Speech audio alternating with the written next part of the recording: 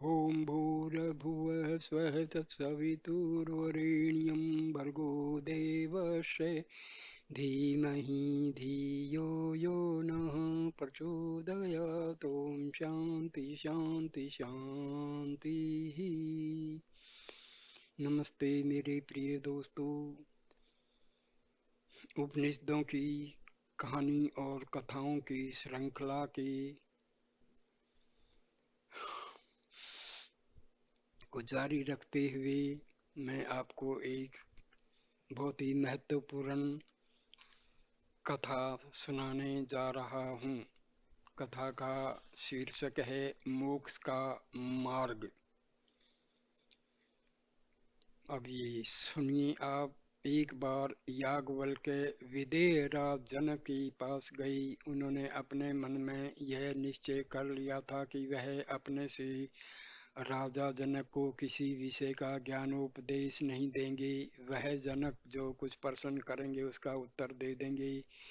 बात यह हुई थी कि एक बार अग्निहोत्र नामक यज्ञ के अवसर पर राजा जनक के साथ याज्ञवल्क्य ने कुछ ज्ञान चर्चा की थी। तब याज्ञवल्क्य ने उनकी ज्ञान प्राप्ति की इच्छा से प्रसन्न होकर उन्हें यह वर दिया था कि वह राजा जनक अपनी इच्छा अनुसार किसी भी विषय का प्रश्न उनसे कर सकते हैं। अपने उसी वर को पूरा करने के लिए वह सम्राट जनक के पास पहुंचे। सम्राट जनक ने उनसे प्रश्न किया, हे याज्ञवल्क्य, इस पुरुष आत्मा की ज्योति क्या है?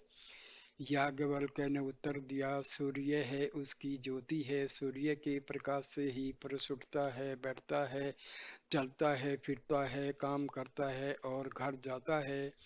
सम्राट जनक बोले, हे याज्ञवल्क्य, आपने उचित ही कहा है। अब यह बताइए कि जब सूर्य अस्त हो जाता है तब इस पुरुष की ज्योति किस रूप में प्रकट होती है?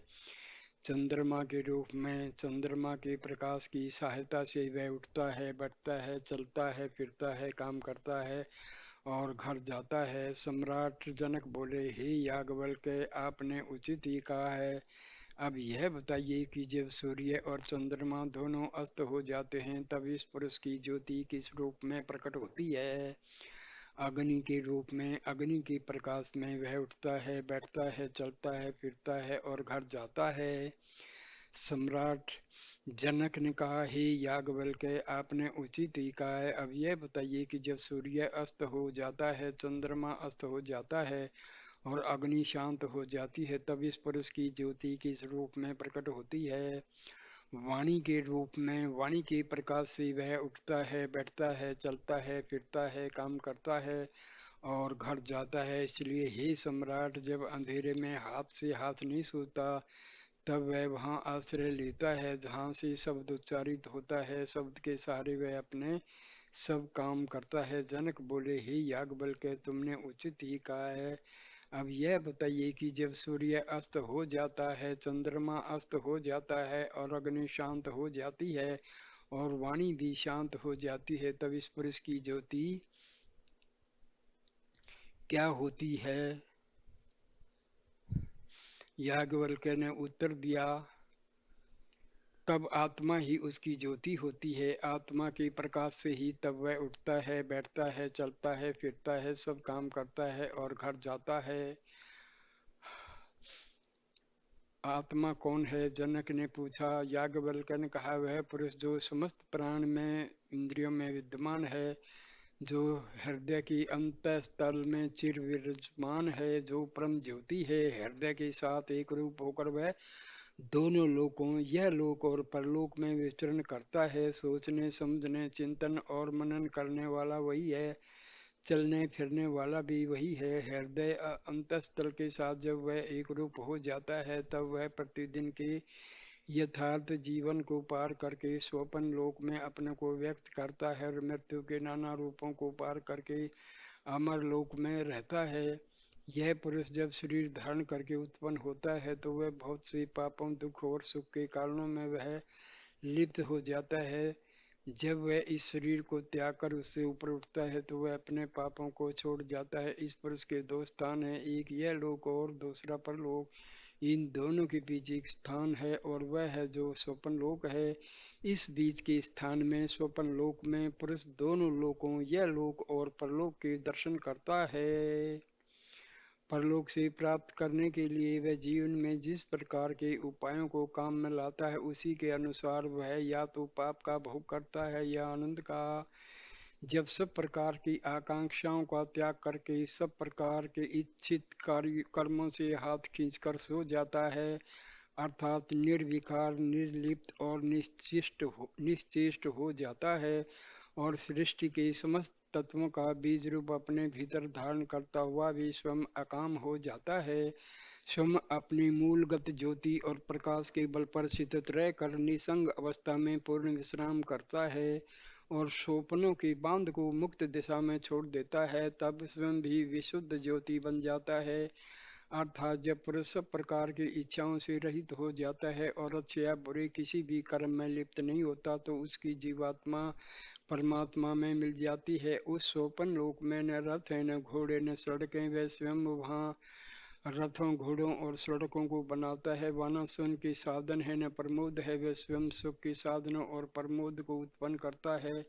वह न तालाब है झील है न नदियां, वह उन सबों का सर्जन स्वयं करता है, क्योंकि वह करता है। स्वप्न लोक में विचरण करता हुआ भी वह उससे अलग रहता है। स्वप्न में भी तरह तरह के रूपों का दर्शन करता है, कभी हंसता है कभी रोता है, कभी किसी भयावह दृश्य से भयभीत उठता है। कुछ लोगों का कहना है कि स्वप्न लोक और जागरण लोक में कोई अंतर नहीं है, पर यह बात ठीक नहीं है। स्वप्न में पुरुष स्वयं ज्योति बन जाता है, इसलिए कोई बाहरी कारण न होते हुए भी नाना रूपों को दिखाता है और देखता है।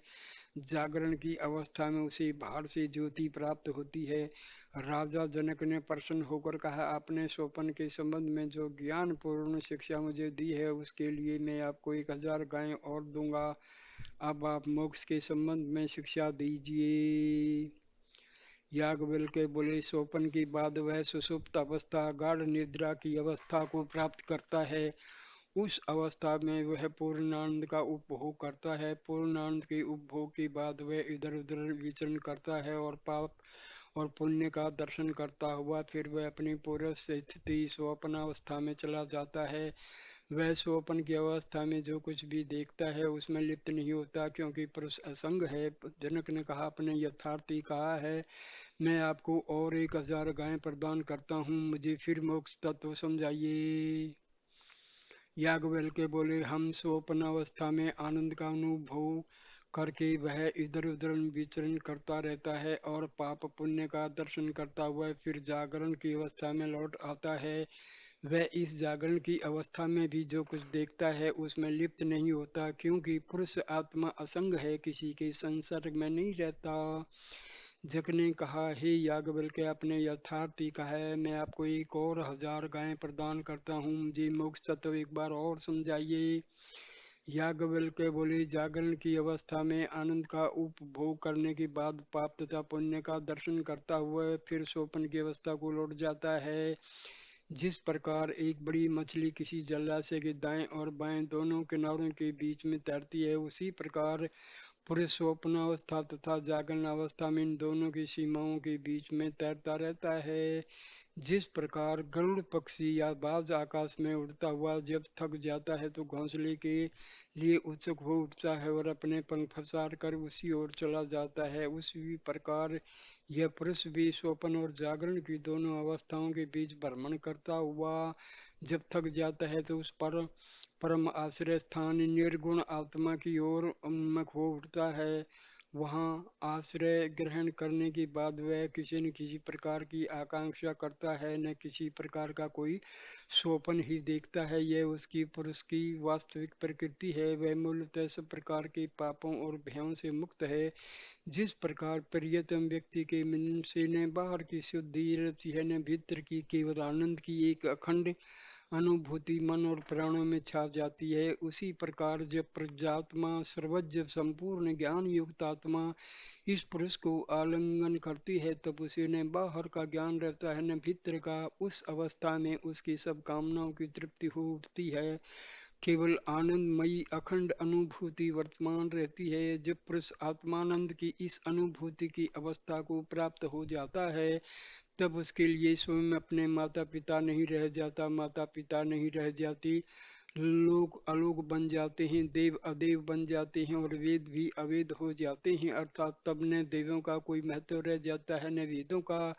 तब चोर चोर नहीं रह जाता, ब्रह्म घाती ब्राह्मण की हत्या करने वाला ब्रह्म घाती नहीं रह जाता, चंडाल चंडाल नहीं रह जाता, पोलकस अक्षत्रिय स्त्री का शुद्ध रूप से उत्पन्न पुत्र पोलकस नहीं रह जाता, शर्मण शर्मण नहीं रह जाता और तपस्वी तपस्वी नहीं रह जाता। तब न पुण्य से उसका कोई संबंध रहता है न पाप से, क्योंकि तब वह हृदय के समस्त विकारों से मुक्त हो जाता है और कहीं किसी प्रकार का भेदभाव उसके भीतर रंच मात्र भी वर्तमान में नहीं रह जाता है। ऐसा नहीं समझना चाहिए कि इस अखंड आत्मानंद की अवस्था में वह कुछ नहीं देखता, कुछ नहीं सुनता, कुछ नहीं सूंघता, कुछ स्वाद ग्रहण नहीं करता। वह सब कुछ सुनता है, देखता है, सूंघता है और स्वाद लेता है, पर यह सब करते हुए भी वह निर्विकार निर्लिप्त और ब्रह्म मगन रहता है। यह ब्रह्म में मगन होने की अवस्था का ही परम गति है, परम संपत्ति और परम आनंद है। दूसरे सब प्राणी इस परिपूर्ण आनंद की तनिक सी मात्रा का उपभोग अवश्य करते हैं। यदि उपभोग न करते होते तो उस आनंद की कल्पना ही मनुष्य के मन में कैसे उत्पन्न होती, पर उसकी पूर्ण अनुभूति केवल ब्रह्म में लीन पुरुष को ही हो सकती है। याज्ञवल्क्य ने जब जनक को इस प्रकार ब्रह्म विषय ज्ञान सिखाया, तब विधिराज मुग्ध होकर बोले, भगवान आपने मेरा अज्ञान दूर कर दिया है। मैं आपके चरणों में अपना समस्त राज्य सौंपता हूँ और आपसे आपका दास हूँ। बहुत ही बढ़िया ब्रह्म ज्ञान आत्मज्ञान, इसमें आत्मज्ञान का दर्शन कराया है। बहुत बढ़िया वीडियो है, देखिए, बार बार देखिए, बच्चों को दिखाइए, रिश्तेदारों को दिखाइए, दोस्तों को दिखाइए। दोस्तों, कृपा करके मेरी चैनल को सब्सक्राइब कीजिए, वीडियो को लाइक कीजिए, कमेंट करिए और शेयर करिए। नमस्कार नमस्कार मेरे प्यारे दोस्तों।